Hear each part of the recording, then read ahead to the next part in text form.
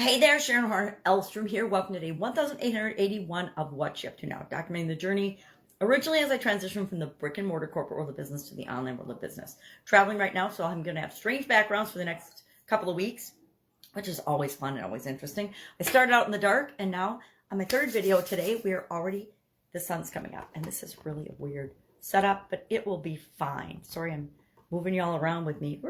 Lame duck, ants. Ants and lame ducks we're talking about today. Ants in this year's Get Your Goals annual challenge. This year's annual challenge is all about getting what you want, me too, in our life, in the different areas and aspects of our life. We did general things in January. In February, we focused on our emotional well-being. This month, March, we're focusing on our mental well-being. Next month, I think we're going to do spiritual because it's Easter and spirits and things like that. And then probably May, we'll hop into physical. This is the first time I've ever done physical not first, which is really strange and weird for me because usually I consider my physical well-being first, at least since 2010. Okay, 2011, I have considered my physical well-being first and foremost before everything and anything else. But all of the different areas and aspects of our life are totally interconnected. So it doesn't really matter which order we specifically work on them. What matters is that we spend some time and energy on each of the different areas and aspects of our life, actually consciously considering how they impact our life and how we can use them to create our life. Today's topic, ANTS, stands for automatic negative thoughts. And we all have them. So I shared in today's challenge the 10 most common ones and then my tweaks on those because I've experienced pretty much all of those at some times in my life. Maybe not that everybody was out to get me or that the world is against me, but most of the others on that list, as well as the positive things. What can we do to flip those around? I shared the 10 items that the experts suggest we replace those automatic negative thoughts with automatic positive thoughts in the areas of what's possible for us. How we see and approach and look at things has a huge impact on how we experience them. And then I shared 5 different ways that we can deal with those automatic negative thoughts that will empower us instead of letting them take away all of our personal power.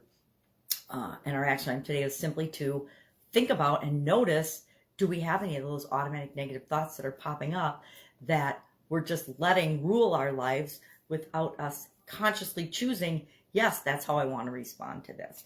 And then our idiom to kind of coincide with that for Supersize Your Business today was lame duck. And lame duck, interesting idiom. I've definitely used the expression before, but I don't usually mean it in a negative derogatory way. I mean it in, you're in the wrong place. You need to fix this because you're not being as effective as you could be as a human being. You've got so much more to offer than what you're showing up as and how you're showing up. And basically it comes from not doing what you say you're going to do, or not honoring your debts, or in the London stock market and stock exchanges where it originally came from. A stockbroker didn't honor his debts, so they called him a lame duck.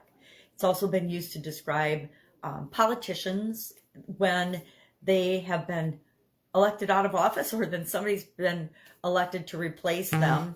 The time between the election and the inauguration of the new person that's coming into whatever office is there's a lot about the president online if you want to read about that, but it applies to anything, right?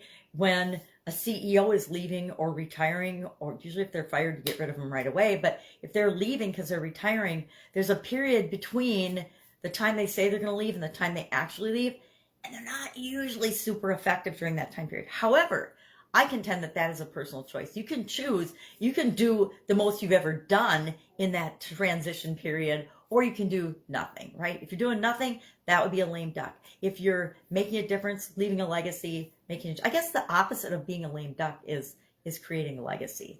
I just thought of that now. So that was our idiom for today.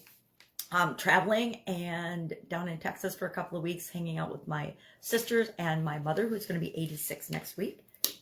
She doesn't mind me saying. I always say how old I am. I'm 63. So going to do that. If I can help you in any way, ask. Otherwise, I'll be with you tomorrow. Don't be a lame duck. And don't let those ants get you. Have a great day.